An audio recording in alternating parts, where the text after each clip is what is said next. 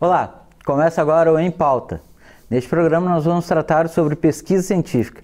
E está conosco o professor Fernando Rosados Piucchi, professor e pesquisador aqui da FEVALE, e a professora Margarete Fagundes Nunes, professora pesquisadora também da FEVALE. Obrigado por virem participar do programa. Uma honra. Professores, qual a importância da pesquisa científica, né, para a educação e para o desenvolvimento do país? Acho que dos países, né, a gente nota os países mais desenvolvidos do mundo, assim, vamos falando de desenvolvimento mesmo, qualidade de vida, sim, mais crescimento econômico, né, mais e em muitos casos distribuição de renda, né, a gente vê que a pesquisa é fundamental para eles. E no caso do Brasil, que ainda é um país tão picotado, né, tão assim, no caminho de encontrar o desenvolvimento, a gente vê que as áreas onde houve mais indução, onde houve mais recurso disponível, são justamente as áreas que nos representam. Quer ver? A área de agropecuária, né, que com todas as idiosincrasias, é aquela que, de certo modo, sustenta a carteira comercial do Brasil hoje. Hoje o Brasil emprega mais gente na equinocultura hoje no Brasil do que na indústria automobilística, acredita? Veja, então eu nem estou falando de uma cadeia que seja importante, vamos pensar suínos, aves, bovinos, vamos pensar soja, e, enfim, todos esses produtos. O que há por trás disso? Há o esforço concentrado mais incrível de geração de conhecimento que houve no Brasil, seguramente está nessa área.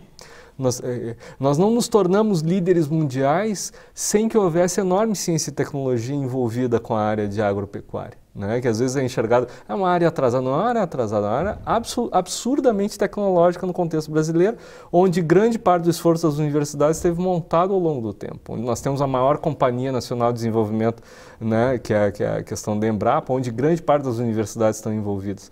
Qual é a segunda área onde o Brasil desponta, onde o Brasil ainda tem alguma expressão no mundo do ponto de vista, não é, de captação de recursos e de vistos?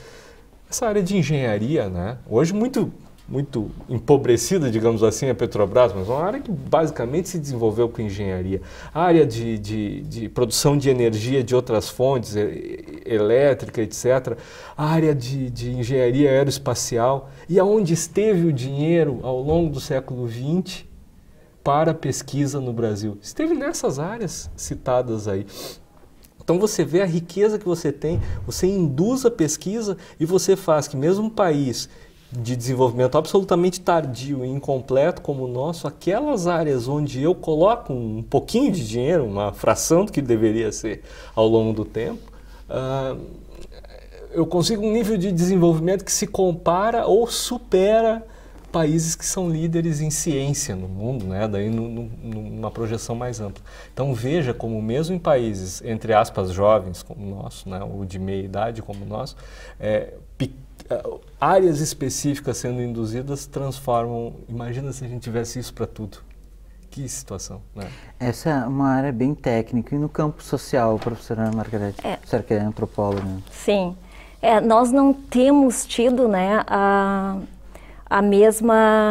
o mesmo fomento em termos de pesquisas sociais no Brasil, por N razões, mas ainda assim a antropologia brasileira, por exemplo, é uma antropologia extremamente respeitada no exterior. E temos desenvolvido muitas pesquisas, né, na sociologia, na ciência política, ainda que comparado assim, às ciências naturais, às ciências exatas, sempre tem um peso, e isso é bastante cultural, porque as pessoas costumam entender como ciência muito mais as ciências dessas áreas do que as ciências sociais. Isso se reflete também, né, na busca de fomento, enfim.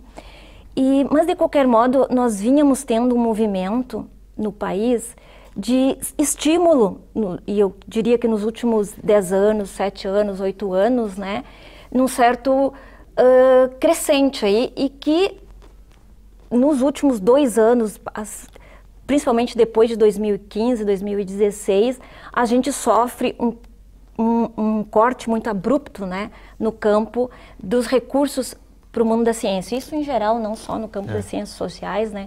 Então, o professor Spilk mesmo, ele sabe muito bem disso, do que isso aconteceu. Na verdade, o que estava ocorrendo, que a gente tinha um crescimento do investimento em ciência e tecnologia e um espraiamento do investimento. Então, essa coisa que eu colocava, que a gente tem algumas áreas que receberam muito mais fomento, que de repente elas têm, em algum momento, elas têm uma importância de aplicabilidade para carteiras comerciais, etc., do país, muito importante. Essas áreas continuaram e até aumentou o investimento ao longo dos últimos, digamos assim, 15 anos, com uma quebra importante desse serviço a partir, vamos até ser bem reais, assim, a partir de meados de 2014 em diante, a coisa já começou a não andar muito bem, mas a gente tinha mais editais e mais coisas para outras áreas, onde se demonstra necessário, né? Exatamente o que eu falava, quer dizer, se a gente colocasse o investimento, a indução em outras áreas, como nós não teríamos já outras frentes de desenvolvimento,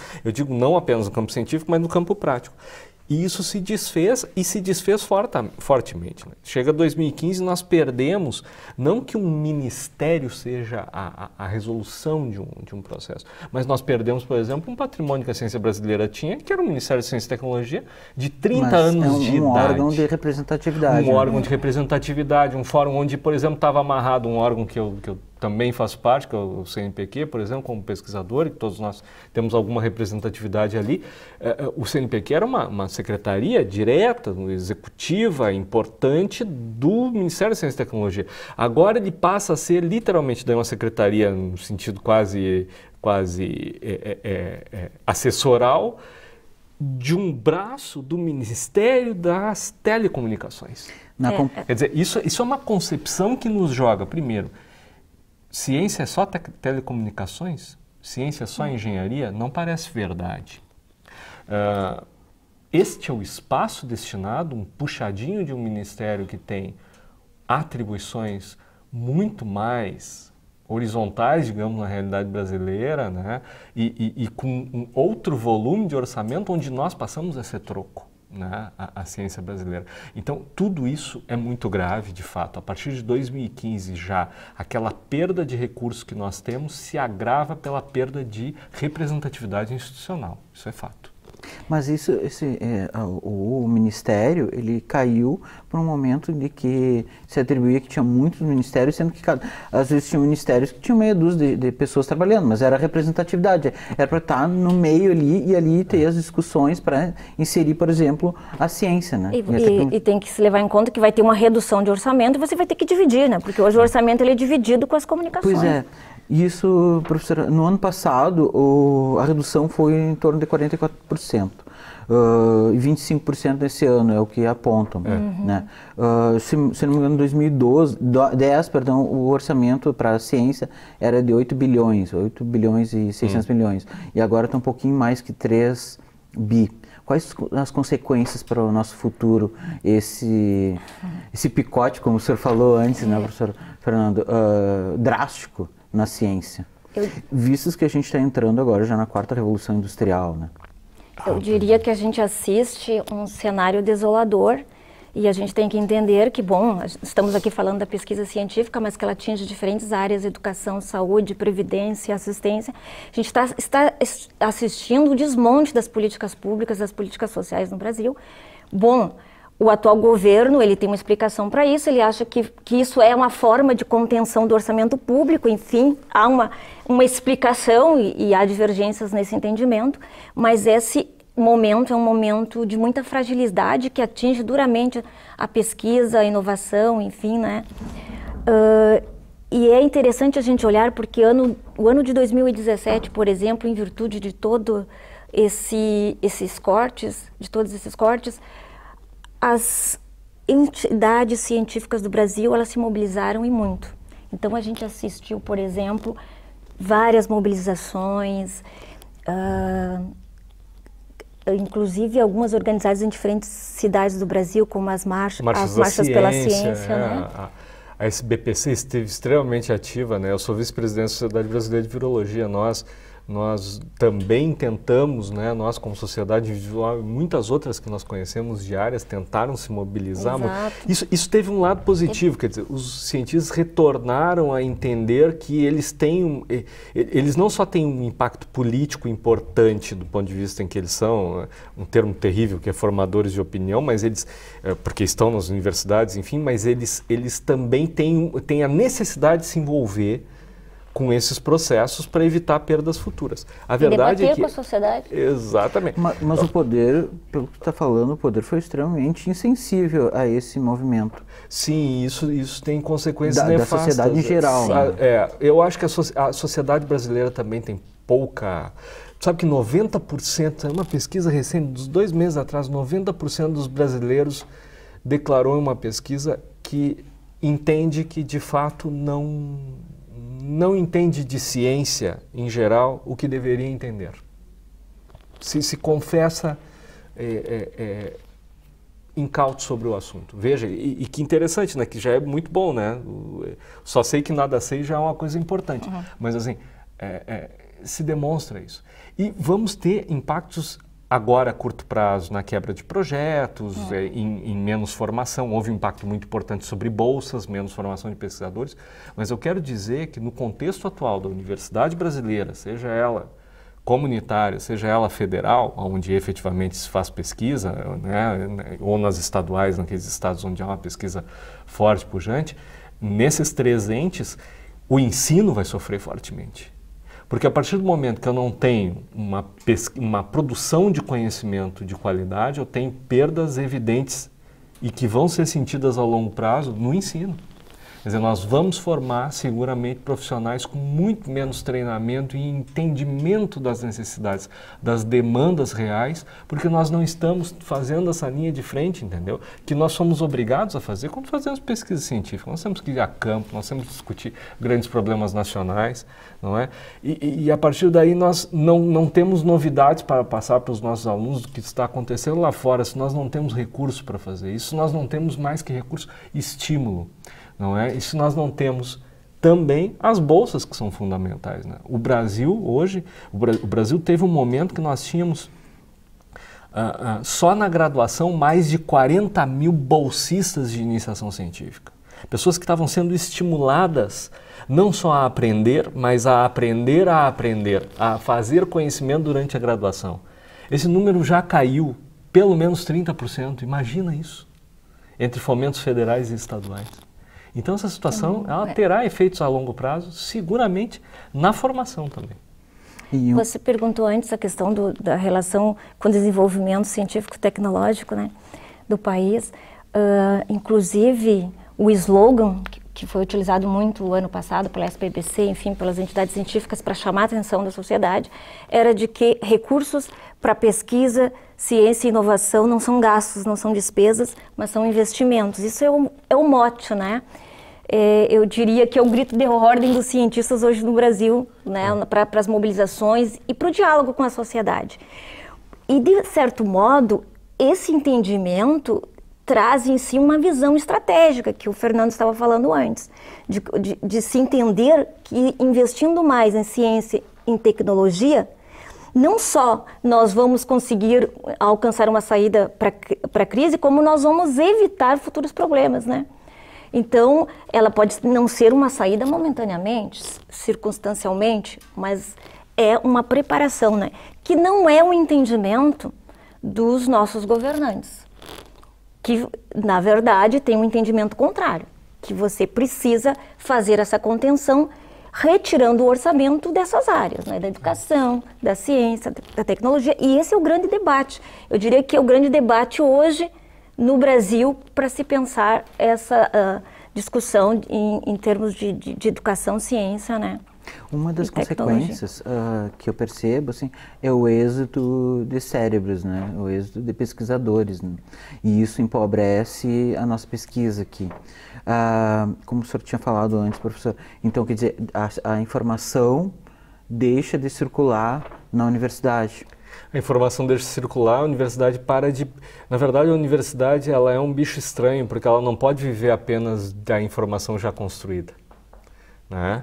Porque senão ela está sempre desatualizada, né? Se você depender mesmo que seja da web para buscar informação, aquilo já está há algum tempo desatualizado. A universidade ela tem essa coisa mágica que ela precisa estar um pouquinho à frente, para que os alunos estejam no seu tempo. Então você tem que estar sempre buscando conhecimento, fazendo com que eles descubram também, porque o que nós queremos do indivíduo que se forma na universidade em qualquer nível é que ele crie soluções. E para criar soluções ele precisa ter vivido isso, vivenciado, porque não é fácil.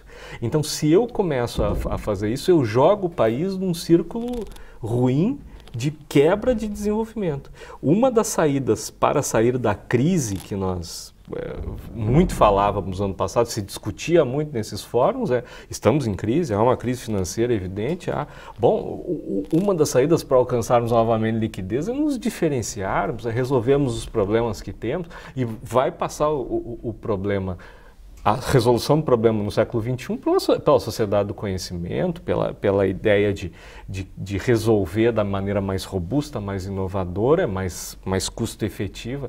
Sem ciência você não faz isso. Então, eu não entendo, não dá para entender esse cálculo onde eu retiro dinheiro para resolver um problema momentâneo de caixa e gera um enorme problema que vai perdurar provavelmente pela formação de pelo menos 1 ou 2 décadas até que nós possamos nos recuperar. E eu te digo que não passam os efeitos disso seguramente antes de uns 15, 20 anos.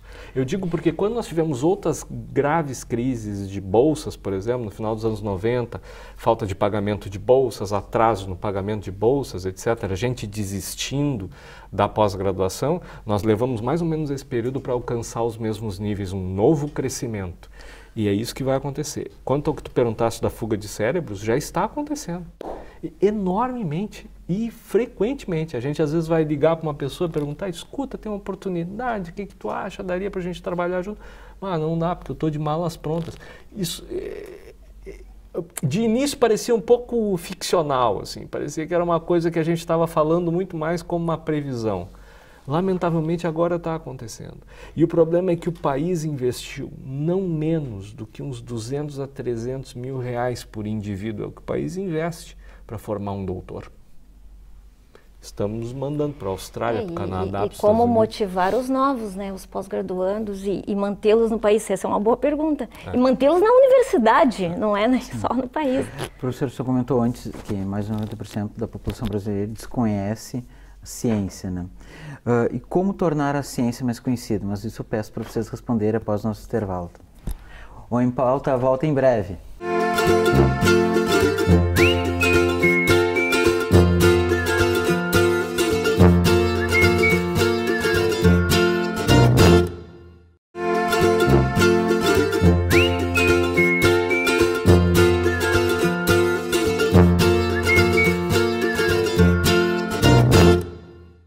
Voltando com a Em Pauta, hoje falando sobre pesquisa científica. Eu tinha colocado para vocês, né, como tornar a pesquisa mais acessível, né, menos hermética, né, para a população se apropriar da pesquisa e entender a importância dela para o país, né, para o mundo.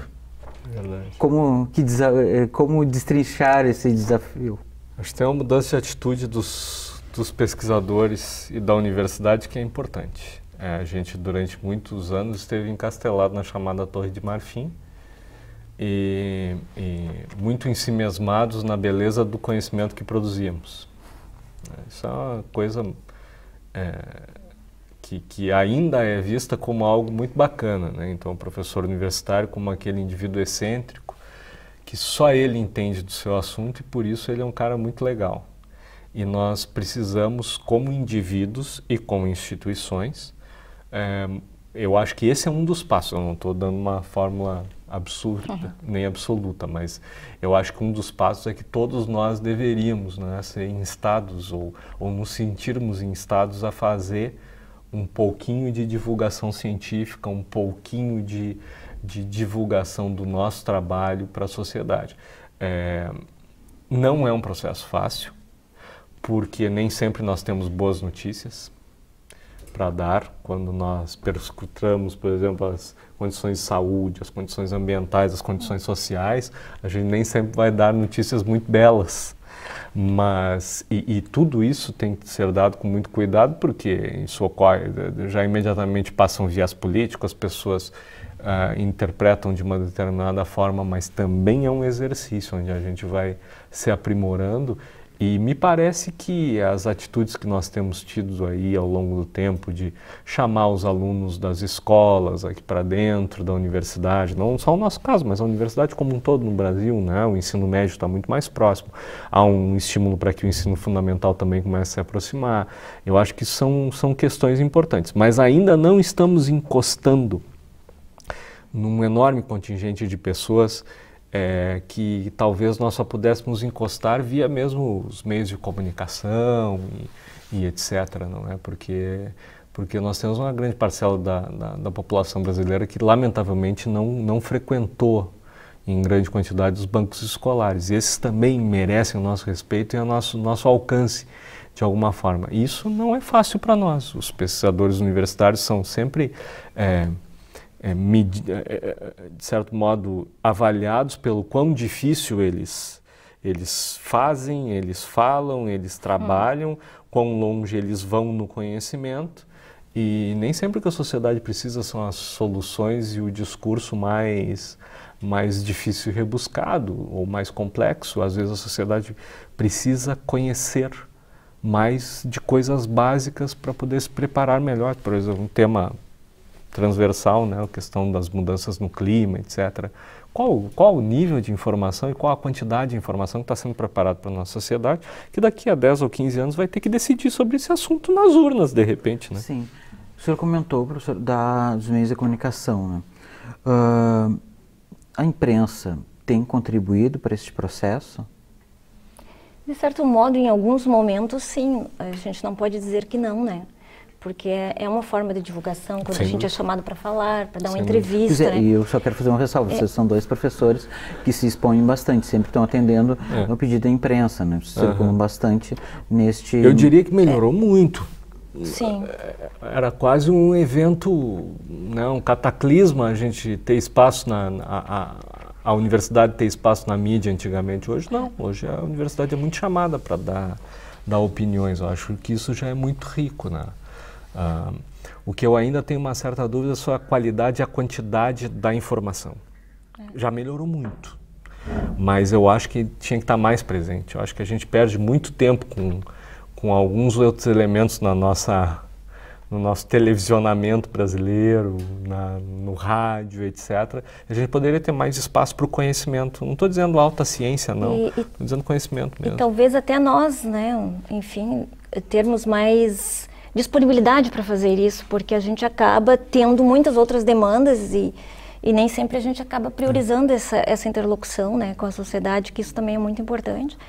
E na questão dos resultados, estava pensando aqui dos resultados daquilo que a gente produz, né, muitas vezes esse resultado dificulta o diálogo com os próprios pares da academia, a não ser aqueles que estão ligados à tua área. Eu estou falando dos textos acadêmicos que às vezes são muito pesados e que a gente cria um certo código dentro de uma determinada área que impede que de repente eu pegue um artigo teu e eu compreenda com facilidade Mas tem que ter um momento em que essa interface seja possível, né? Exatamente. Onde a gente possa conversar e mais ainda onde isso se torne inteligível para todos. Veja, a gente está falando da população em geral, mas o que os nossos gestores públicos, por exemplo, conhecem sobre ciência? Né? Ou do que está disponível, que poderia ser solução para eles, né? Eu acho que parte um pouco da gente mesmo, né, Marga? Eu acho que a gente também não coloca as coisas, às vezes, em uma linguagem que seja acessível, né? E que possa até subsidiar as políticas públicas, enfim, né? Porque tantos resultados que servem de diagnóstico da realidade, né? Seja essa realidade social, enfim. Então as políticas públicas poderiam ser muito mais eficazes e eficientes com uma parceria com a pesquisa. E para nós seria muito bom, porque o dinheiro que nós gastamos em pesquisa, de certo modo, ele reverteria de maneira mais frequente para a sociedade. Eu vejo isso acontecer. Existem setores em que a gente consegue retornar para a sociedade, mas eu acho que deveria ser mais sistêmico. Professor Marianete, o colunista da Carta Capital, Thomas Wood Jr., num artigo ele comentou de que a academia, né, a pesquisa, está direcionando muito o seu esforço para a produção de artigos científicos e não está, como antigamente, direcionando esforços para novos conhecimentos. Isso procede? De que forma pode ser revertido isso? Olha, de fato a gente tem tido, se eu comparar inclusive, por exemplo, eu fiz o meu mestrado nos anos 90, eu tive um pouco mais de tempo para fazer o mestrado, inclusive, né? Era 2 anos e meio, 3, nem lembro mais, porque já faz tanto tempo. E que não havia uma cobrança tão grande como posteriormente. Eu acredito que nos anos 2000 isso se intensificou. Eu acho que foi o pico do processo. Efetivamente. Que a gente vivencia hoje, né? Eu acho que hoje já há uma reversão muito forte do processo. Quando a gente vai olhar as agências de fomento, por exemplo, a gente já vê várias agências julgando muito mais pelo impacto de cada artigo e pela quantidade de citações, enfim, métricas que são características da academia, do que pelo número. Não todas, né? O problema é que às vezes a gente tem que servir a vários santos aí nessa brincadeira. Não é? Mas assim, e existe da parte dos pesquisadores, daqueles envolvidos em agentes de fomento, cada vez mais a consciência de realmente você optar por uma qualidade maior. Eu acho que esse movimento começa já no final dos anos 2000, já a consciência disso, e eu te diria que de 2015 para cá, essa discussão que já está velha nos outros países, ela chega ao Brasil de maneira mais forte, a gente começa a ver reflexos disso, de um repensar da quantidade versus qualidade, eu acho que está havendo. O problema é que, claro, até o sistema virar, vai levar algum tempo. Não obstante, eu tenho muito orgulho de ter editado no Brazilian Journal of Biology um artigo de um outro pesquisador sobre isso, que ele brinca nesse artigo que isso não é desculpa para os pesquisadores não publicarem mais nada.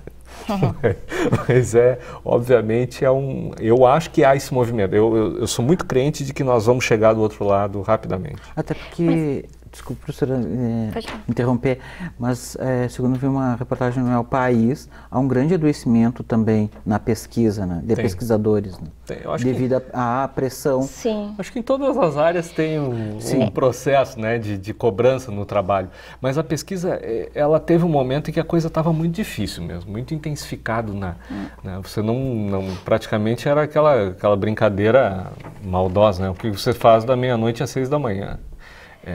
E eu acho que está passando um pouco, né? O publisher perish, né? O publique ou pereça.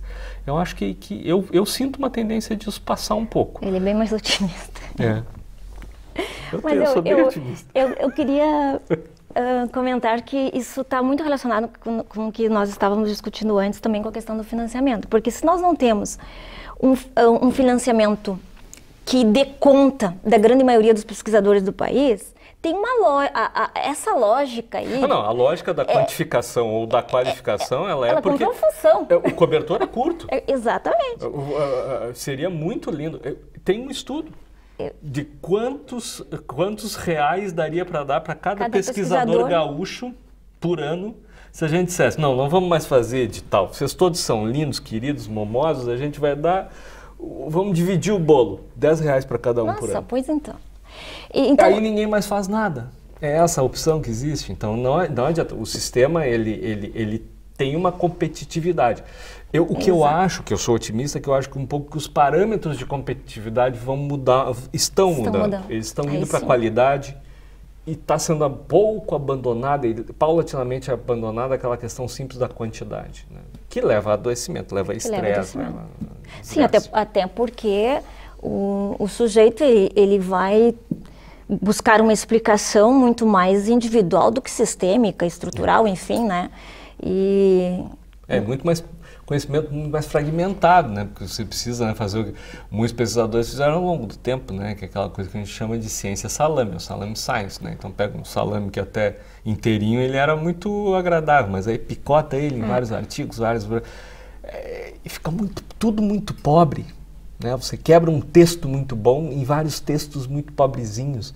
Eu acho que isso tem uma tendência muito forte, eu sinto uma tendência muito forte de mudar. Pelo menos a academia se reconscientizou, porque chegou um momento que as pessoas tinham se tornado técnicas. Já está em debate, né, professor? Já está em debate. Já está em debate. Professor Margarete, especificamente no seu campo, né, a minha percepção é de que quando se fala em pesquisa, sempre se pensa muito na pesquisa dura, né? No técnico. E no campo social, a minha percepção é que vivemos uma crise do humanismo, né? De que forma a pesquisa pode ajudar a mudarmos esse pensamento? Só aproveitando, assim, agora a gente está com a greve dos caminhoneiros, né, que é só mais uma dos últimos 4 anos, 5 anos, que o país não para de viver uma convulsão. Eu te diria que esse debate está dentro hoje da educação básica, na graduação, na pós-graduação, e nós estamos sendo tomados por uma visão muito utilitarista do conhecimento. A ideia de que eu tenho que enxergar imediatamente uma aplicação e algo muito voltado para a questão do mercado de trabalho, o mercado em geral, né? Quando a formação ela é muito mais do que isso, né? E o compromisso da universidade ela é maior do que isso.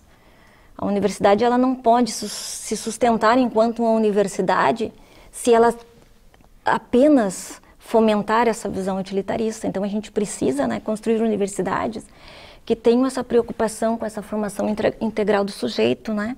Que aí entram bastante essas ciências, as ciências sociais e humanas, né? E a gente realmente observa hoje um discurso muito forte de retirada dessas disciplinas desde a educação básica, enfim, né? Então isso realmente é um movimento muito perigoso.